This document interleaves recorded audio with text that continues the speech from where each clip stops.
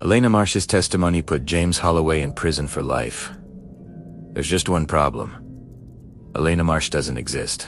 No birth certificate. No social security number. No trace of her existence before the trial. Someone created a perfect witness to convict a man of murder. The question is why, and whether the man they convicted was actually guilty. Maya Reeves didn't believe in coincidences. 20 years as a private investigator had taught her that when something seemed too convenient, it usually was. Which is why when she ran a routine background check on Elena Marsh and found absolutely nothing, her first instinct wasn't confusion, it was suspicion. The check was supposed to be simple. Maya's client, a defense attorney named Robert Chen, wanted to verify the employment history of a potential expert witness for an upcoming trial. Standard due diligence. Maya had done hundreds of these. She typed Elena Marsh's social security number into the database and waited. No results found. Maya frowned, double-checking the number. Sometimes there were typos. Sometimes databases glitched. She ran it again. Still nothing. She expanded the search: birth records, property records, credit history, criminal background. Every database came back empty. It was as if Elena Marsh had simply materialized 3 months ago with a driver's license and nothing else. That's when Maya remembered where she'd heard the name, Elena Marsh. Star witness in the James Holloway murder trial. The case had been all over the news 6 months ago. Wealthy tech entrepreneur kills his business partner over a disputed patent. Elena had testified that she'd seen the whole thing from her apartment window. Her testimony had been the prosecution's cornerstone. Credible, detailed, unshakable under cross-examination. Maya pulled up the trial transcripts. Ms. Marsh, can you describe what you saw on the night of March 15th? I was in my apartment at 2847 Madison Avenue, apartment 4B, around 9:30 p.m., heard shouting from the building across the street. I looked out my window and saw 2 men arguing in the office on the 3rd floor. One was James Holloway, recognized him from the news. The other was Richard Chen. They were fighting, physically fighting. Then Holloway pulled out a gun and shot Chen twice in the chest. The testimony had been devastating. Specific, impossible to refute. Except now, Maya was looking at Elena Marsh's supposed address, 2847 Madison Avenue, apartment 4B. She grabbed her jacket and keys. 30 minutes later, Maya stood outside the building. It was old but well-maintained, the kind of place young professionals rented while saving for something better. She buzzed apartment 4B. No answer. Maya tried the building manager. An older woman answered, looking harried. I'm looking for Elena Marsh, Maya said, showing her investigator's license. 4B, is she home? The woman squinted at the license, then shook her head. 4B's been vacant for almost a year. We're renovating it. Won't be ready to rent until next month. Maya felt her pulse quicken. Are you sure? Elena Marsh testified in court that she lived there 6 months ago. Lady, I've been managing this building for 15 years. 4B has been empty since the last tenant moved out in January. Nobody named Elena Marsh has ever lived here. Maya thanked her and stepped back outside, mind racing. Elena Marsh had testified under oath that she witnessed a murder from an apartment she never lived in. Either she'd lied about her address, or someone had created her specifically to testify in that trial. Maya pulled out her phone and called Robert Chen. Robert, that background check you wanted? I need to ask you something. Elena Marshy, did you want me to look into her? She's a potential witness for the Brennan case. Why? Did you find something? I found nothing. Literally nothing. No records before 3 months ago. Robert, where did you find her? I didn't. The prosecution recommended her as an expert in financial fraud. They used her in the Holloway case, said she was credible and thorough. The Holloway case, Maya repeated. She wasn't an expert witness there. She was an eyewitness. Silence on the line. Then Maya, what are you saying? I'm saying Elena Marsh might not be real. And if she's not real, then everything she testified to in the Holloway trial is fabricated. Maya started walking toward her car. I need to see the case files. All of them. I need to find out who Elena Marsh really is. Maya, be careful. If what you're suggesting is true, if what you're suggesting a witness to convict Holloway, this is bigger than a wrongful conviction. This is conspiracy to commit fraud, perjury, obstruction of justice. I know. Which means someone went to a lot of trouble to put James Holloway in prison. The question is why? Maybe because he's guilty, Robert said quietly. Maybe someone needed everyone to think he was. Maya spent the next 48 hours chasing a ghost. Elena Marsh's driver's license was reissued by the DMV 3 months before the Holloway trial. But the social security number on it belonged to a woman who died in 2003. Elena's employment record showed she worked as a financial analyst for a consulting firm called Apex Solutions. Maya called them. "I'm sorry, we don't have any employee by that name," the receptionist said. "Are you sure? I have documentation here showing Elena Marsh has worked for you for 2 years." "Ma'am, I've been here 5 years. We've never had an Elena Marsh. And our records go back a decade." Maya pulled up the employment verification that Elena had provided to the court. It was on Apex Solutions letterhead, signed by a manager named David Torres. She called back. "Can I speak to David Torres? Please, we don't have anyone by that name either." The letterhead was fake.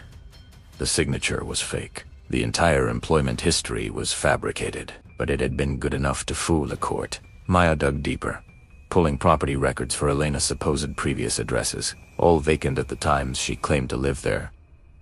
Credit cards in her name, opened 3 months before the trial, used sparingly, paid off immediately. A perfect credit history with no depth. Someone had created a person, built her from scratch, given her just enough history to seem real under casual scrutiny, but not enough to withstand serious investigation. The question was, who had the resources to do this, and why hadn't Holloway's defense team caught it? Maya pulled up the trial records again, focusing on the defense.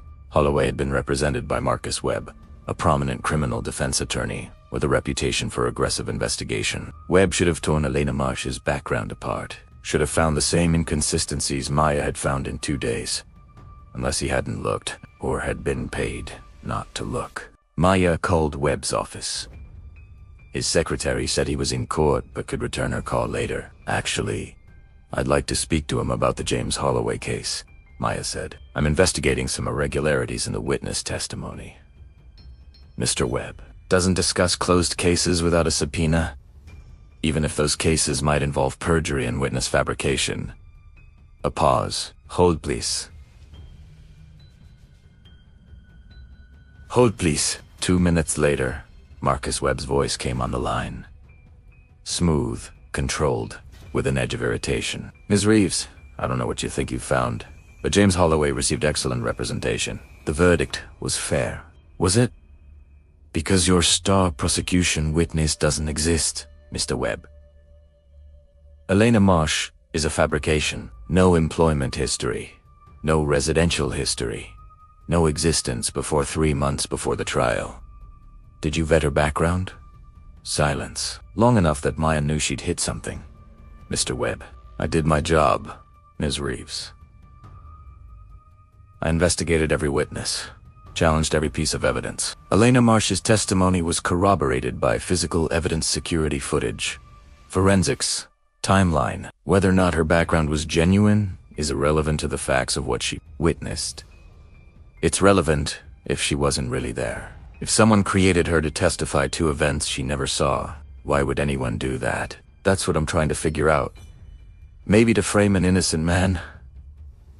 Or maybe..." Maya paused. "Maybe to make sure a guilty one didn't walk free." Another silence. "Be careful where you take this, Ms. Reeves," Webb said quietly. "Sometimes justice requires methods that don't fit neatly into courtroom procedure. Sometimes the system needs help." "Are you saying..." He hung up. Maya said in her car. Phone still pressed to her ear, processing what Webb had implied. He'd known, or suspected, and he'd let it happen anyway, because James Holloway was guilty, or because someone had convinced Webb that he was. Maya pulled up the crime scene photos from the Holloway case. Richard Chun, shot twice in the chest, slumped over his desk in his office. The murder weapon and 9mm pistol found in Holloway's car 3 days later. Security footage showing Holloway entering the building at 9:15 p.m., leaving at 9:47 p.m. Everything fit. Everything pointed to Holloway, except the witness who tied it all together was a phantom. Maya's phone buzzed. A text from an unknown number. Stop digging. Elena Marsh served her purpose. Justice was done. Leave it alone! Maya stared at the message. Someone was watching her investigation. She typed back, "Who is this?" No response. Maya started her car, checking her mirrors. No one suspicious. No cars following. But someone knew what she was looking for, and they wanted her to stop. James Holloway looked older than his 43 years. 6 months in prison did that, Maya thought, watching him through the glass partition in the visiting room at Rikers Island. His hair had grayed at the temples, his face drawn and tired. "Ms. Reeves," he said, picking up the phone. "My lawyer said you wanted to talk about my case. Are you working on an appeal?" "Not exactly. I'm investigating Elena Marsh." Holloway's expression flickered hope, fear, something Maya couldn't quite read. "The witness," he said. "The woman who said she saw me kill Richard. Except she didn't see anything, Mr. Holloway, because she doesn't exist. Elena Marsh is a fabrication. Someone created her specifically to testify against you."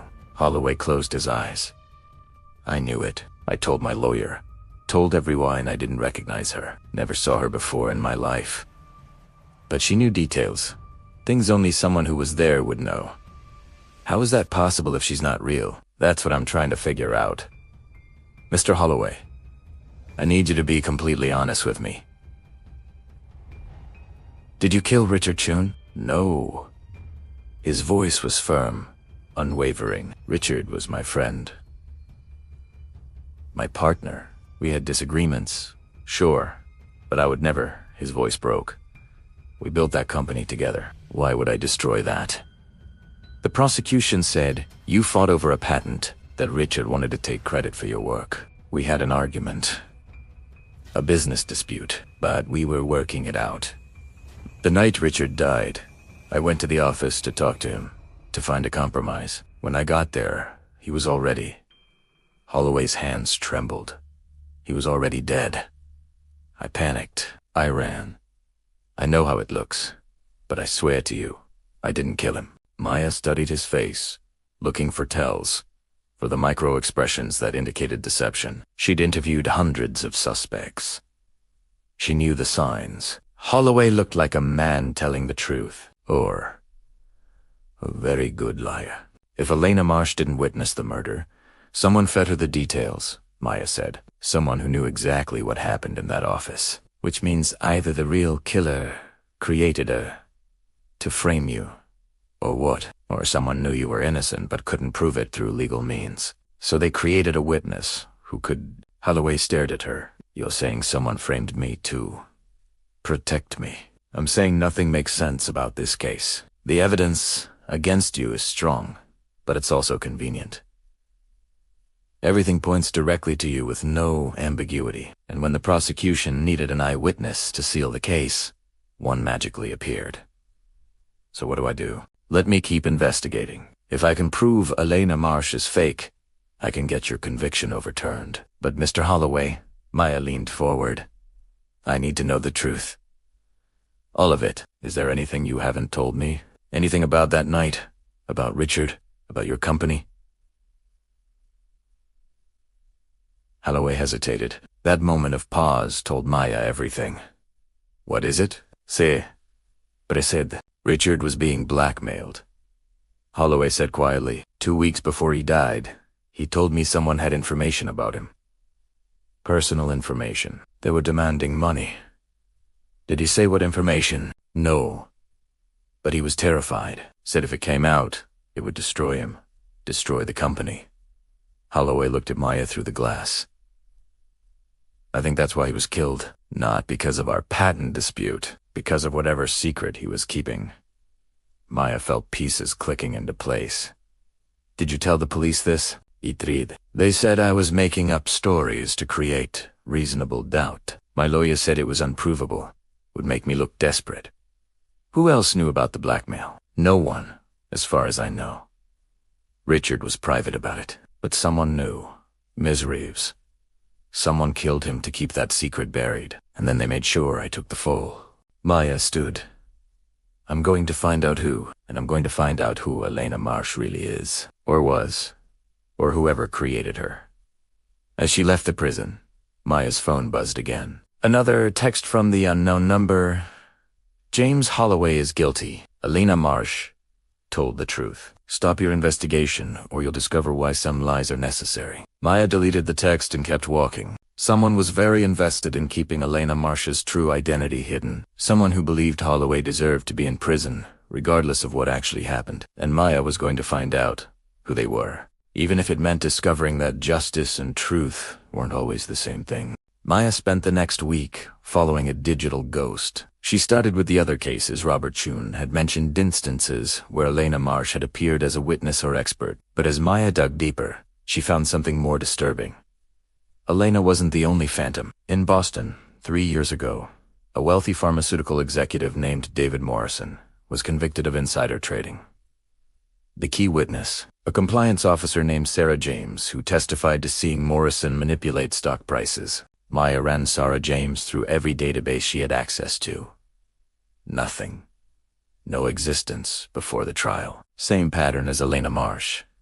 In Seattle, 2 years ago, real estate mogul Catherine Vance was convicted of fraud. The whistleblower who brought the evidence forward, an accountant named Michael Therese, also Agos, fabricated identity, expertly crafted, vanished after the trial. Maya created a spreadsheet, tracking every case she could find. Over the past 5 years, she identified 12 cases where the key witness appeared to be a manufactured identity. 12 convictions built on testimony from people who didn't exist. And in every single case, the defendant was wealthy, powerful, and had previously escaped justice on technicalities or insufficient evidence. Someone was creating witnesses to convict people the legal system had failed to prosecute successfully.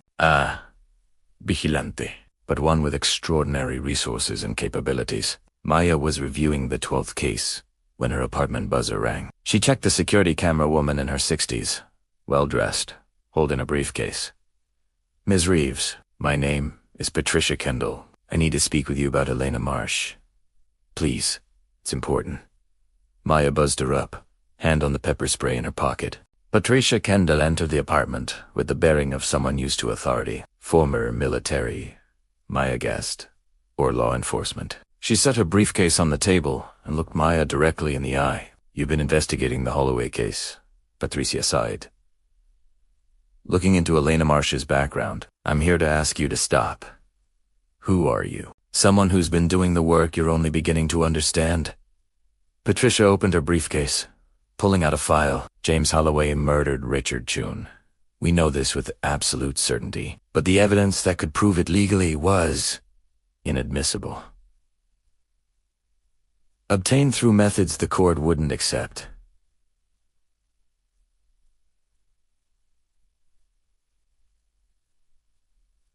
Maya's pulse quickened. So you created Elena Marsh to testify to what you couldn't prove. We created a path to justice when the legal system failed. Holloway walked into that office at 9:15 p.m. He shot Richard Chun at 9:32 p.m. AA, 9:47 p.m. We have evidence of all of this security footage that was corrupted by a power surge. Witness statements from people too afraid to testify. Forensic evidence that was compromised by improper chain of custody. If you have all that evidence, why not present it to the authorities properly? Because Holloway's lawyers would have torn it apart. Because the system is designed to protect people with money and power. Because Richard Chun deserved justice, and we were the only ones who could deliver it. Patricia leaned forward. Elena Marsh wasn't a lie, Ms. Reeves.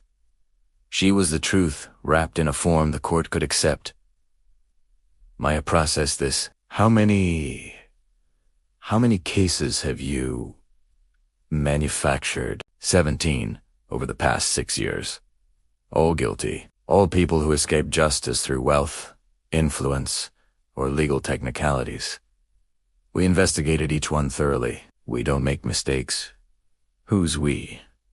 Patricia smiled slightly. People who got tired of watching the guilty go free. Former prosecutors, investigators, forensic experts, people who still believe in justice, even when the system doesn't. This is illegal. What you're doing is conspiracy, perjury, obstruction. It's justice, Patricia interrupted. Tell me, Ms. Reeves, if You knew with absolute certainty that someone was guilty of murder, but you couldn't prove it in court. Would you let them walk free? Or would you find another way? Maya wanted to say she'd let the system work, but she'd seen too many guilty people walk free on technicalities. Too many victims denied justice because of procedural errors. What about James Holloway? Maya asked. He says he's innocent. They all say that. But we have evidence, real evidence, that proves his guilt. Elena Marsh's testimony just gave the jury a narrative they could understand and believe. Show me the evidence. Patricia hesitated, then pulled out another file. This doesn't leave this room, and after you see it, you need to make a choice: help us maintain justice, or destroy it by exposing what we've done. Maya opened the file. Inside, photographs of Richard Chun's office, time-stamped from a security camera the prosecution never knew existed. The images showed James Holloway arguing with Chun, pulling a gun, firing twice. The sequence was clear, undeniable, but there was a timestamp issue. The photos were taken at 9:32 p.m., exactly when Patricia claimed, but the official security footage showed Holloway leaving the building at 9:47 p.m., looking distressed but not panicked. Where did these come from? Maya? Ask it. A private security system Richard had installed without telling anyone. He was paranoid about corporate espionage. The camera was hidden in a smoke detector. Patricia pointed to the timestamp. This footage would have convicted Holloway immediately, but it was obtained without a warrant, from a system no one knew existed, inadmissible in court. So, you created Elena Marsh to testify to what this camera saw. Exactly. We didn't fabricate evidence, Ms. Reeves. We found a way to present the truth when the legal system wouldn't allow it.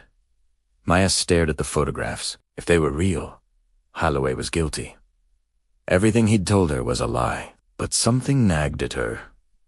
I need to verify these, Maya said. You can't. The camera was destroyed after we extracted the footage. Chun's office has been completely renovated. There's no way to authenticate them independently. How convenient. Patricia's expression hardened. You think we're lying? That we created fake evidence to frame an innocent man? I think you've created an entire infrastructure for fabricating witnesses. How do I know you didn't fabricate this evidence too? Because we're not monsters. We're people who watched the system fail over and over again, who saw guilty people walk free while their victims suffered. We found a better way. By becoming the system, judge, jury, and executioner. We don't execute anyone. We ensure they face justice through the legal system. We just assist the process when it gets stuck. Maya closed the file. I need time to think about this. You don't have time. If you expose what we've done, 17 convicted criminals will appeal their cases. Murders, frauds, assaults, all of them will cite manufactured witnesses as grounds for overturning their convictions. You'll free 17 guilty people because you can't accept that sometimes the ends justify the means. Or I'll free one innocent man who's been framed by vigilantes playing God. Patricia stood. James Holloway is not innocent, but if you insist on proving that to yourself, ask him about the blackmail. Ask him who was really being threatened, because the story he told you about Richard being the victim is another lie. She left, closing the door quietly behind her. Maya sat alone with the file, staring at photographs that might be evidence or might be fabrications. The truth was somewhere in this mess, and she was going to find it, even if it meant discovering she was wrong about everything. Maya returned to Rikers Island the next day. James Holloway looked surprised to see her again so soon. Did you find something? Tell me about the blackmail again, Maya said without preamble. You said Richard was being threatened. What exactly did he tell you? Holloway shifted uncomfortably. I told you. Someone had information about him, was demanding money. You're lying. Maya slid the photographs Patricia had given her across the table. These were taken from a hidden security camera in Richard's office. They show you shooting him. So let's try this. Again, what really happened that night. Holloway stared at the photos, his face going pale. Where did you get these? Answer the question. For a long moment, he said nothing. Then, quietly, it wasn't Richard being blackmailed. It was me. Maya felt the floor shift beneath her. Explain. Explain. 5 years ago, I made a mistake. A financial mistake. I borrowed money from our company to cover personal debts, planning to pay it back before anyone noticed. But it got complicated. The debt grew. I couldn't repay it fast enough. Holloway's hands trembled. Someone found out. They had proof documents, transaction records, emails. They threatened to expose me unless I paid them $500,000. Did you pay? I tried. Premeta sold assets, liquidated investments. But it wasn't enough. They kept demanding more. He looked at Maya through the glass. Richard found out. He was furious. Said I'd destroyed everything we built, that he couldn't trust me anymore. We fought about it the night he died. And the gun, Holloway closed his eyes. I brought it, not to kill him. I don't know. To feel in control of something. Everything was falling apart. Richard was threatening to go to the board, to expose me. I'd lose everything, the company, my reputation, my freedom. So you shot him? No. Holloway's eyes opened, desperate. I had the gun. We argued. But I didn't shoot him. I couldn't. He was my friend, my partner. I pointed the gun at him. Yes, I was angry, scared, out of my mind, but I didn't pull the trigger. Maya studied the photographs again. They showed Holloway with the gun raised, showed the muzzle flash, showed Richard falling. These photos say otherwise. Then they're fake, or altered, or taken out of context. Holloway leaned forward. Ms. Reeves, I swear to you I did not kill Richard Chun. I wanted to. God'll help me. In that moment I wanted to. But I didn't. Then who did? I don't know. When I ran out of there, Richard was alive. Bleeding from a gunshot wound to the shoulder. But alive. I panicked. I ran. I know how that looks, but I didn't kill him. Maya pulled out her phone, showing him the autopsy report. 2 gunshot wounds to the chest. Fatal. No mention of a shoulder wound. Holloway stared at the report. Confusion crossing his face. That's impossible. I saw the blood on his shoulder. I saw him fall against the desk. He was alive when I left. Or you're remembering it wrong. Trauma, guilt, fear memory isn't reliable. I know what I saw. Maya gathered the photos. I'm going to verify these images. If they're real, if they show what they appear to show, then you're guilty regardless of what you remember. But if they've been manipulated, then someone else killed Richard and made sure I took the fall. Back in her car, Maya called a forensic image analyst she'd worked with before. David, I need you to examine some photographs. Tell me if they've been digitally altered. She sent the files. 3 hours later, David called back. Maya, these are good. Really good. But they're fake. Her heart raced. You sure? Positive. Positive. The lighting is inconsistent with the timestamp. The shadows don't match the window positions at that time of day. And there's digital artifacting around Holloway's. Hondigan was added in post-production. Whoever made these knew what they were doing, but they couldn't account for every physical detail. Can you prove it in court? With the right expert testimony? Yes, but Maya someone went to a lot of trouble to create these. This isn't amateur work. Maya thanked him and ended the call. Patricia Kendall's group hadn't just created fake witnesses. They'd created fake evidence to support those witnesses.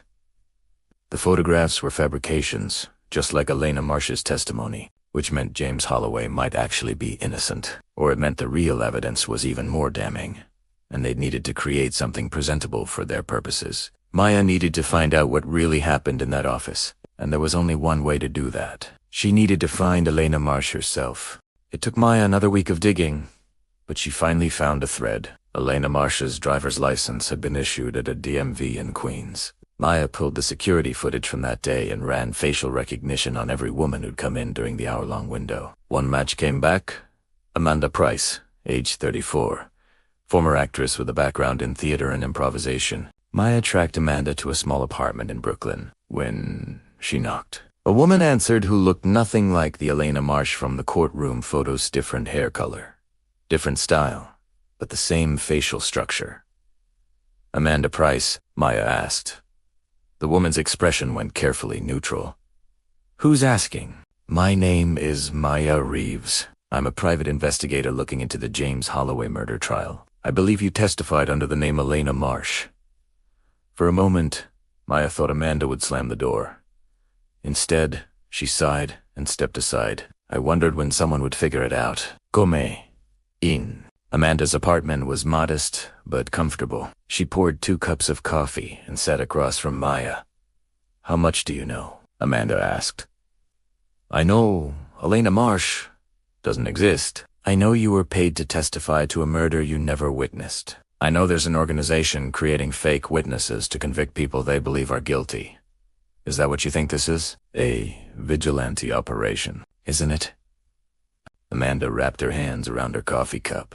5 years ago, my sister was murdered by her husband. Everyone knew he did it. The evidence was overwhelming, but his lawyers got the confession thrown out on a technicality, discredited the forensics, destroyed the witness's credibility. He walked free. She looked at Maya. 2 months later, I was contacted by Patricia Kendall. She told me they could ensure he faced justice. They had evidence, but it couldn't be used in court. They needed someone who could testify to what really happened, so you became a witness.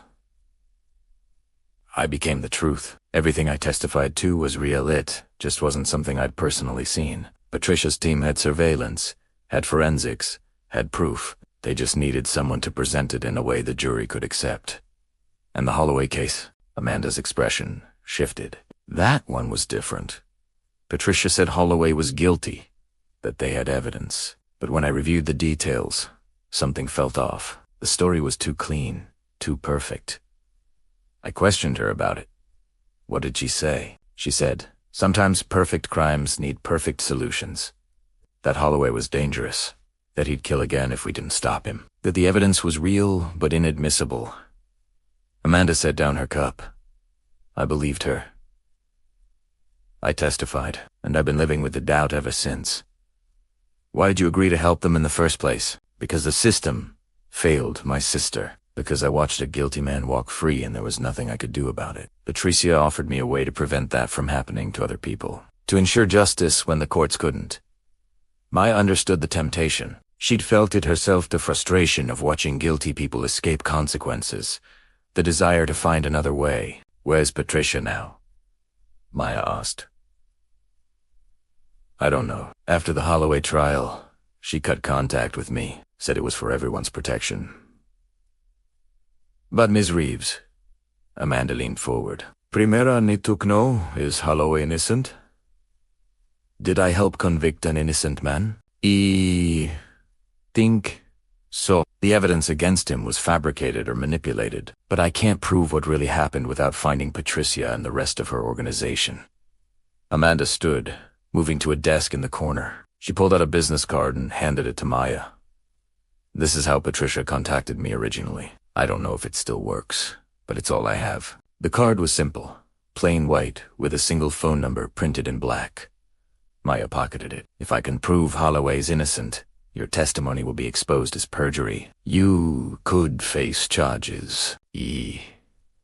No, but I'd rather face consequences for telling the truth than live with the guilt of helping to frame an innocent man." Amanda's eyes filled with tears. My sister deserved justice. But not this way. Not by becoming what we're fighting against. Maya left the apartment and sat in her car, staring at the business card. She could call the number, could confront Patricia, expose the organization, free James Holloway, and overturn 17 other convictions. But if those 17 people were actually guilty, if Patricia's group had been right about them, then Maya would be freeing murderers, rapists, fraudsters back into the world. Unless she could prove which cases were legitimate and which were fabricated. She dialed the number. It rang 3 times before Patricia Kendall's voice answered. "Ms. Reeves, I was expecting your call. We need to talk. About Holloway. About all of it." Agree. There's something you need to understand about what we do. Something I couldn't tell you before. Patricia paused. Meet me at Pier 47. Midnight tonight. Come alone. And Ms. Reeves, bring an open mind, because the truth about James Holloway is far more complicated than you imagine. The line went dead. Maya sat in the darkness, watching Amanda's apartment window, wondering if she was about to walk into a trap or finally discover the truth. Either way, she'd find out at midnight. Pier 47 was abandoned. The old warehouse is long since condemned. Maya arrived 15 minutes early, parking where she could see anyone approaching. At midnight exactly, Patricia Candel emerged from the shadows alone. You came, Patricia said. That shows wisdom. Or curiosity. I'm not sure which. I want the truth. All of it.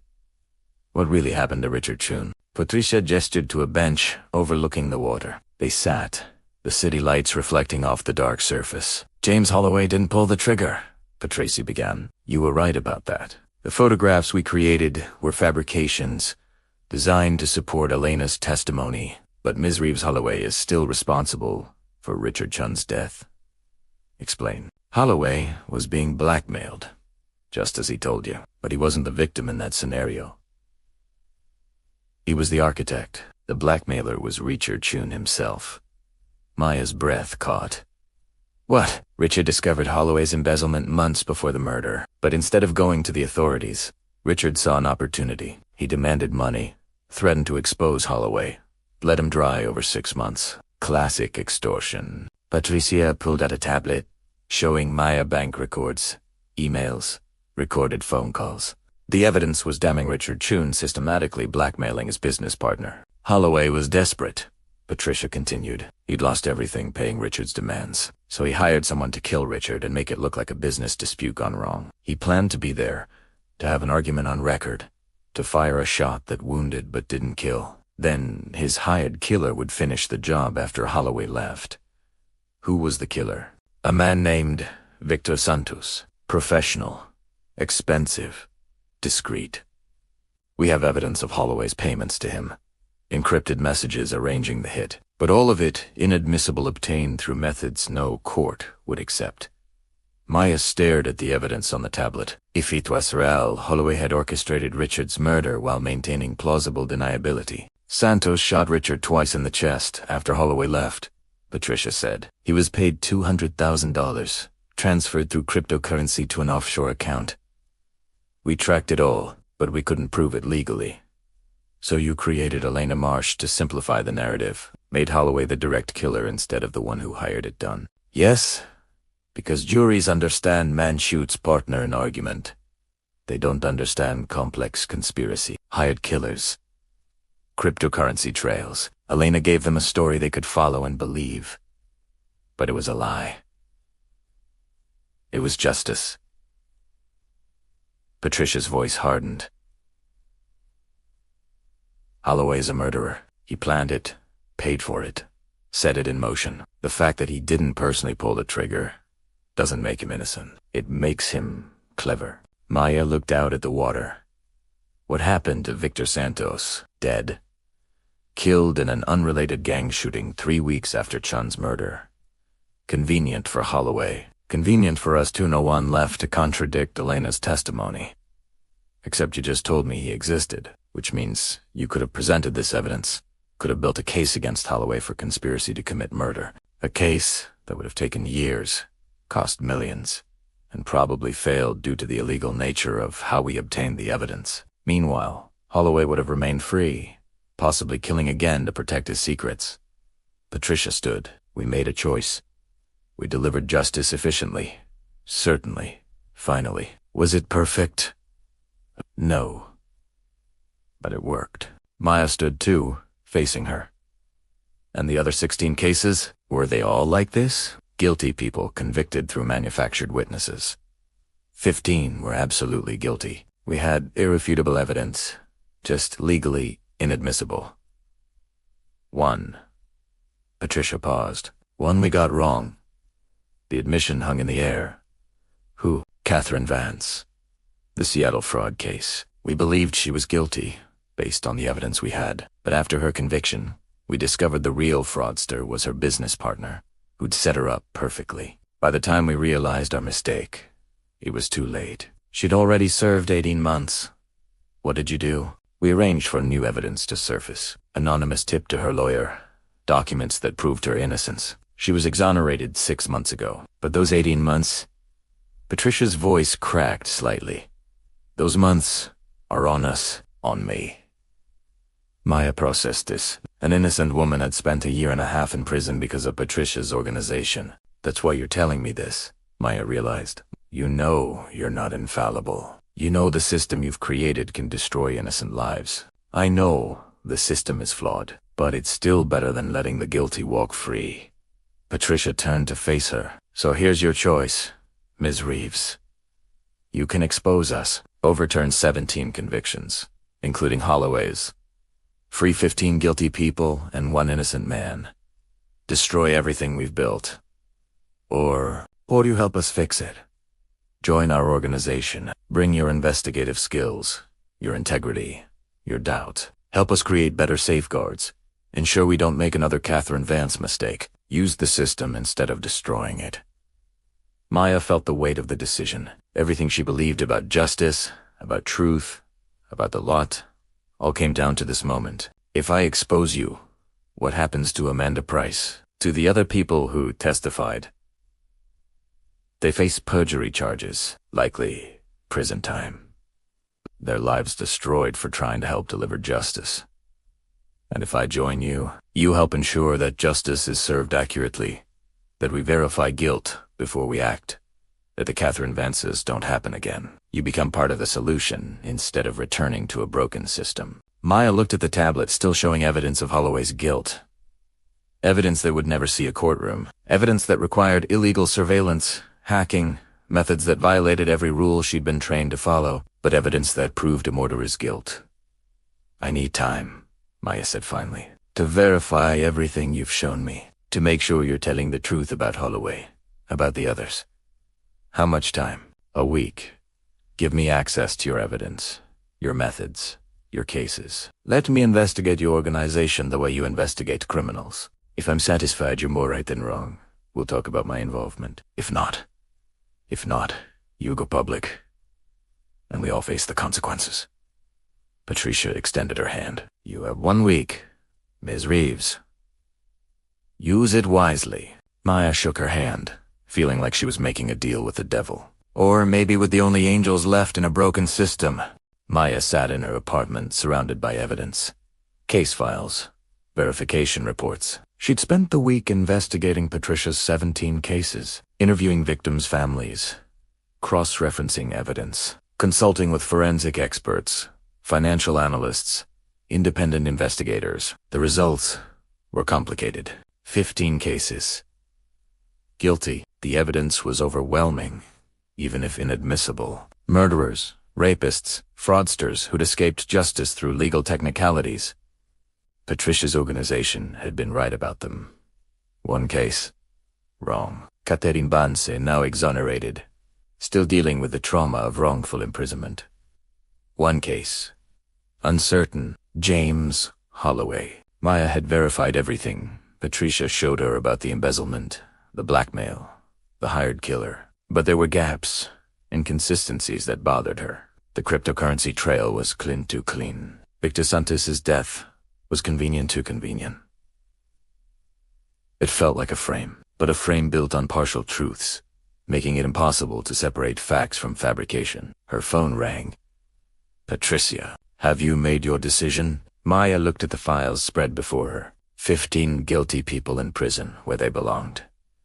1 innocent woman freed. 1 possible murderer who might be guilty or might be expertly framed. I'm not joining you, Maya said.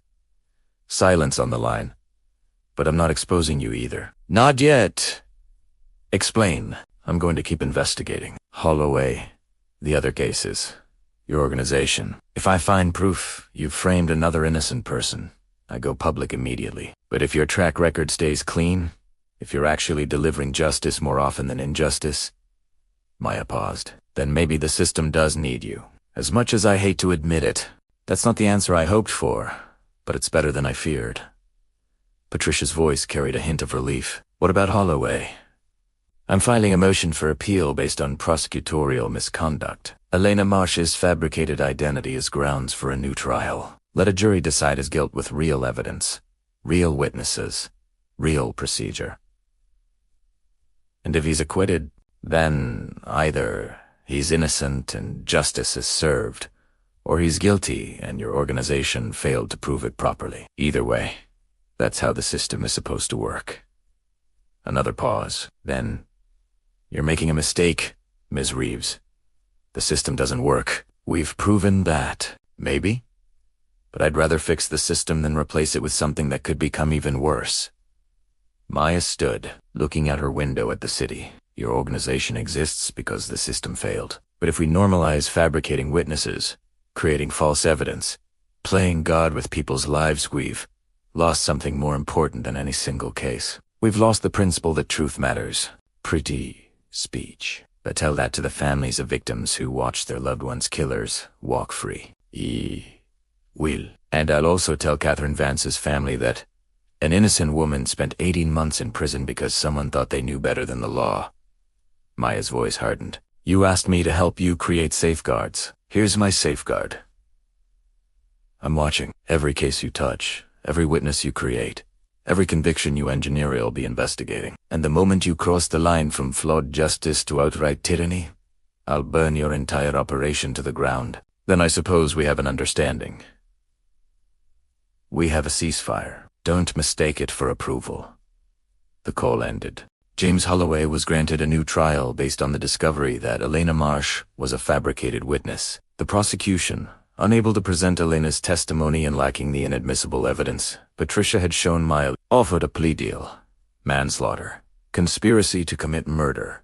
15 years instead of life. Holloway took it. In his statement to the court, he admitted to hiring Victor Santos, to planning Richard Chune's death, to everything except being in the room when the trigger was pulled. I'm guilty, he said. Not of the murder they convicted me for, but of the one I paid someone else to commit. I deserve punishment. I deserve prison. But I also deserve to be punished for what I actually did, not for a crime witnessed by a person who never existed.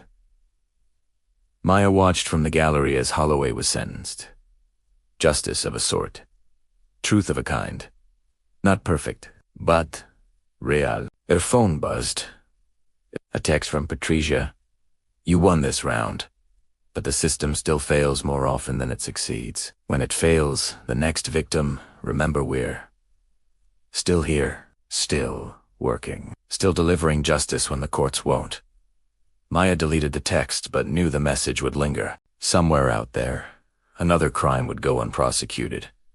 Another victim would be denied justice. Another family would watch a guilty person walk free. And Patricia's organization would be waiting, ready to create another witness, fabricate another truth, deliver another conviction that the system couldn't provide. Maya would be watching too. Waiting for the moment, Patricia crossed the line, ready to expose everything if that moment came. But until then, they existed in an uneasy balanced investigator and the vigilante, the truth seeker and the justice maker, both trying to fix a broken system in fundamentally incompatible ways.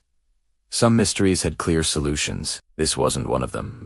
James Holloway is currently serving a 15-year sentence for conspiracy to commit murder. He maintains that while he hired Victor Santos, he never intended for Richard Chune to die. Elena Marsh has never been found. Amanda Price was granted immunity in exchange for testimony about Patricia Kendall's organization. Patricia Kendall and her network remain at large. No charges have been filed, as proving the extent of their operations would require revealing illegally obtained evidence. 15 convicted individuals connected to fabricated witnesses remain in prison. None have successfully appealed their convictions. Catherine Vance received a $4.2 million settlement for wrongful imprisonment. She now advocates for criminal justice reform. Maya Reeves continues to investigate cases where witness testimony seems too perfect, too convenient, too good to be true. The question of whether justice and truth can coexist remains unanswered. The question of whether they should remains even harder to answer. What would you do if you discovered the witness who convicted a murderer didn't exist? Would you free a guilty person to preserve the integrity of the system, or protect a lie that delivered justice? Maya Reeves faced that choice, and her answer to neither fully expose nor fully embrace the conspiracy reflects the impossible position we all face when truth and justice don't align. This case asks uncomfortable questions about the price of certainty, the cost of justice, and what we're willing to sacrifice to ensure the guilty are punished. If this investigation made you question where you draw the line, if it challenged your assumptions about truth and justice, then you understand the moral complexity we explore here. Subscribe for more mysteries that refuse easy answers, stories that respect your intelligence enough to leave you thinking. Like this video, if you're still debating whether Maya made the right choice, another case is waiting, another impossible decision. Because sometimes the hardest mysteries aren't about finding the truth, they're about deciding what to do with it once you have it.